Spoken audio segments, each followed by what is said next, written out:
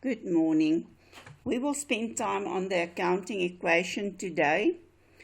We are doing the accounting records of Alma dealers, and they maintain a profit of 25% on cost price. So if the profit is on cost price equals 100%, the profit equals the amount that they give you, 25%,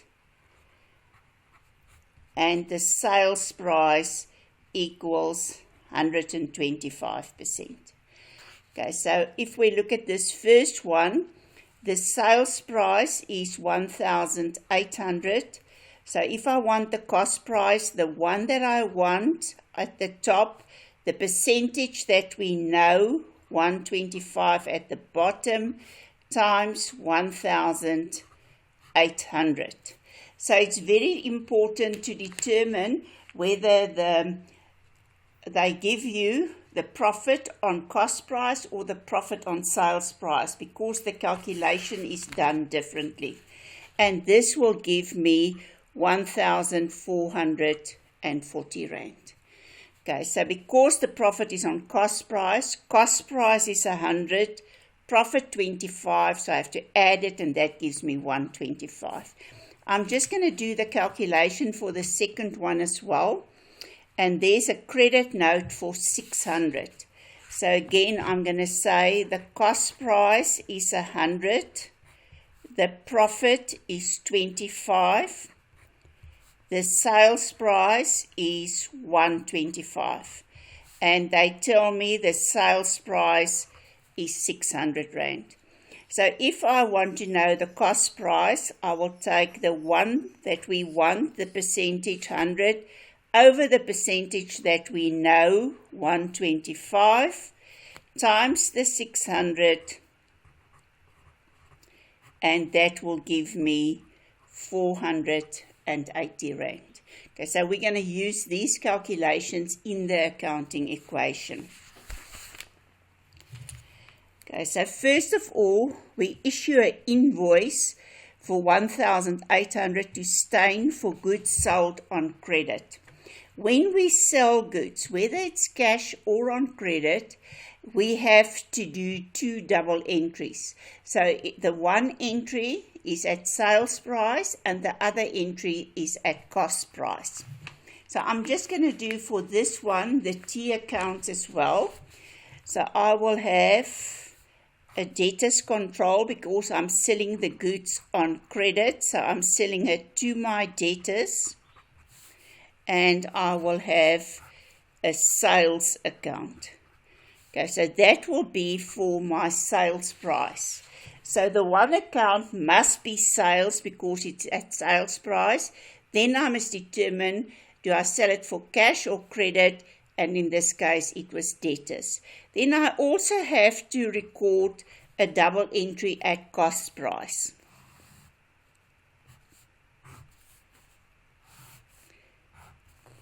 Okay, cost price is cost of sales. Cost of sales is the expense that you have to pay to be able to sell goods. And the meaning of cost of sales, it's the cost price of goods already sold. And we are taking trading stock from our shelves to sell it. So my double entry will be in trading stock. Quite often you make a mistake and you, for instance, put cost of sales and sales together. You can't do that. Remember, the double entry means that for the same amount, you must do an entry on the debit side and an entry on the credit side. In this case, we sold the goods for 1,800 Rand. So it means that I must say what happened to all these accounts. So if I take Alice, assets and expenses increase on the debit side. Liabilities, income, capital increase on the credit side. We sold the goods to the debtors. Debtor is an asset, so we have to debit our debtors because assets increase on the debit side. And I will show that this debtor owes us 1,800 Rand more. Sales is an income. Income increases on the credit side, so I will credit my sales account with 1,800. In this account, I have to indicate where the double entry is done. So this double entry is in the sales account, so the word that I will write here is sales. The sales double entry is in debtors control, so the word that I will write in the sales account is debtors control. Okay, then for the cost of sales, we calculated is 1,440. We are giving trading stock. Trading stock is an asset that increases on the debit side.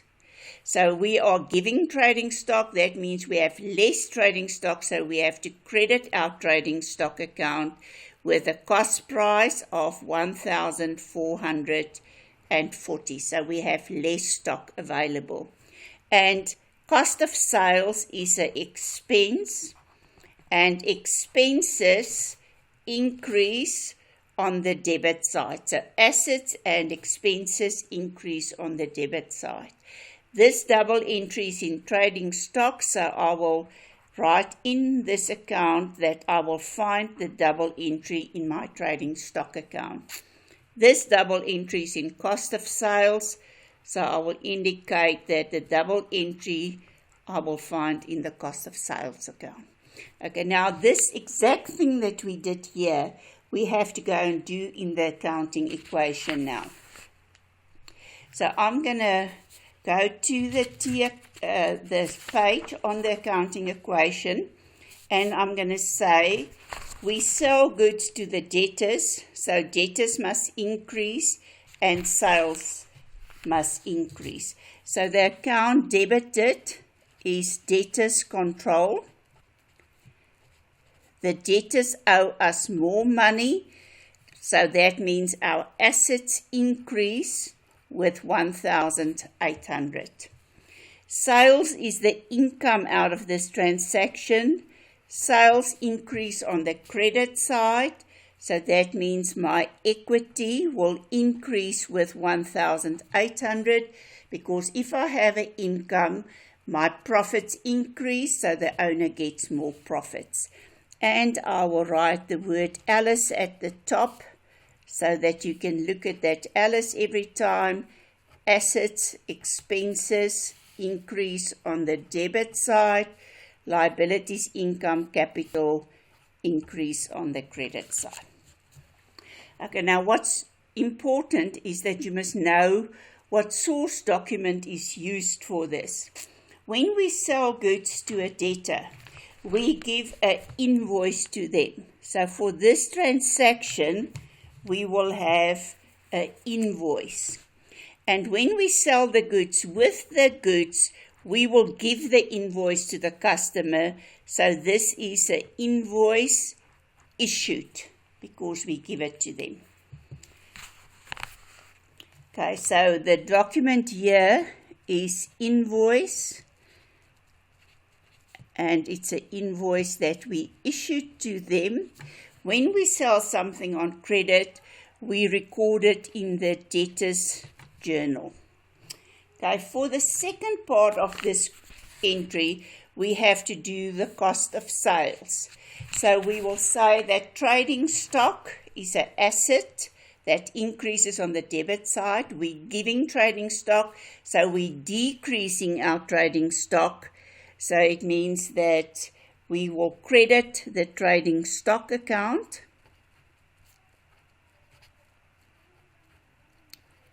And we will debit cost of sales. Cost of sales is an expense. And expenses increase on the debit side. We will use this same invoice. So on the invoice, we will indicate the sales price, and the computer are able to determine the cost price immediately, and this entry is also recorded in the debtors journal. Cost of sales is an expense. Expenses decrease the profit, So it means the owner is going to get less profit, so the equity will decrease with 1,440. Trading stock is an asset. We have less trading stock, so my assets decrease with 1,440. Okay, so that is the first entry that we had to record. The second entry,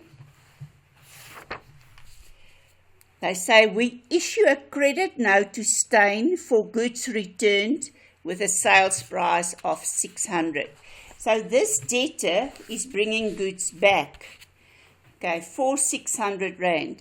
So it means that I must show the debtors owe us less money, 600 Rand, and the double entry, we have to reduce our income out of sales.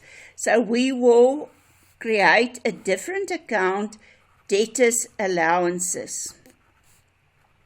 And debtors allowances is the expense. So if we want to reduce sales, we will write it on the debit side.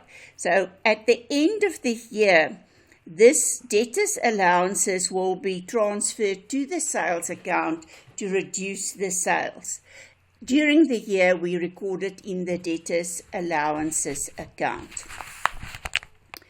Okay, so that means that we have to show debtors allowances increase on the debit side.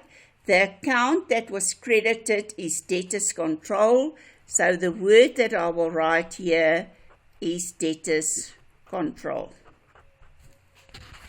In the debtors control account, we will show that the double entry is in debtors allowances. Okay, so that's the first part of the question. The second part is that we have to show that we're receiving this trading stock back, and we calculated the cost price is 480. So I must increase my trading stock now again with a 480 because we're putting it back with our trading stock. And we must show that these goods are not sold, so the expense to sell the goods must decrease with 480. And here we will show that this double entry will go to the trading stock account, and I will, in the trading stock account, show that the double entry will be completed in the cost of sales account. Okay, when we do it in the accounting equation, we will now show that the account debited is debtors allowances. So that's the sales price. And we will show that the debtors owe less money. So it means we will credit debtors control. The debtors return goods with 600 Rand. So the debtors asset decreases with 600.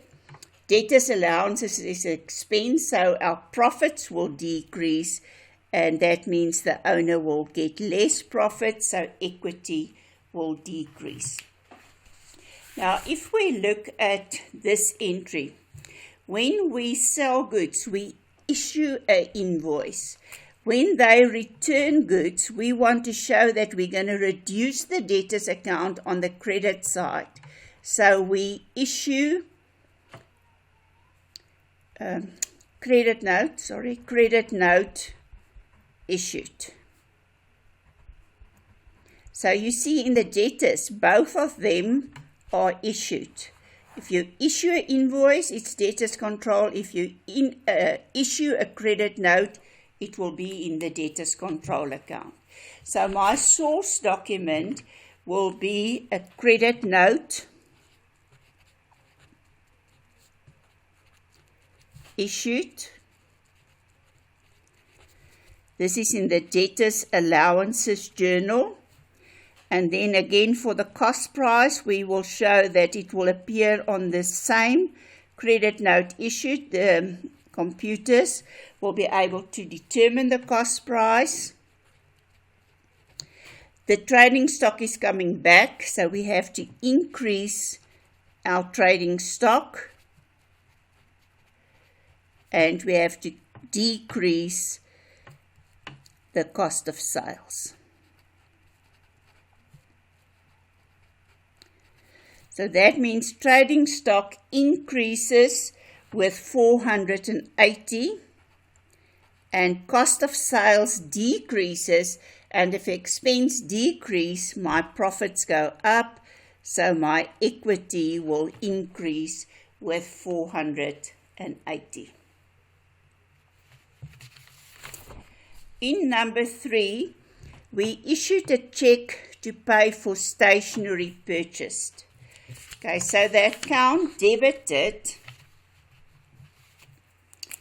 is stationery because we are receiving the stationery, and stationery is an expense. If we issue a check, it will be recorded in the cash payments journal. Okay, the account, this must be a check counterfoil. If we issue a check counterfoil, and in the account debited will be stationery. Okay, remember in accounting, if you make a mistake, you draw a line through it and you write the correct answer at the top. You're not allowed to use Tipex. Okay, so stationery is debited. We issued a check, so we took money out of the bank. Stationery expense decreases the profits, so my equity will decrease with 140. And I take money out of the bank, so my money in the bank decreases with 140. Receive an invoice from Kevin Dealers for goods purchased on credit 2,000 less 20% trade discount. Now remember, if there's trade discount, you have to subtract it immediately. You don't record the trade discount. So I will say that this entry is 2,000 Rand, and we are getting 20% trade discount. So it means that we get 400 Rand trade discount. So our actual purchase price will be 1,600. Okay, so the account debited would be the trading stock, because trading stock is purchased. And then the account credited is creditors control, because we bought it on credit. So if we just look at it again, receive an invoice for goods purchased on credit. So it means that we must indicate that we owe money to our creditors. So creditors control will be credited.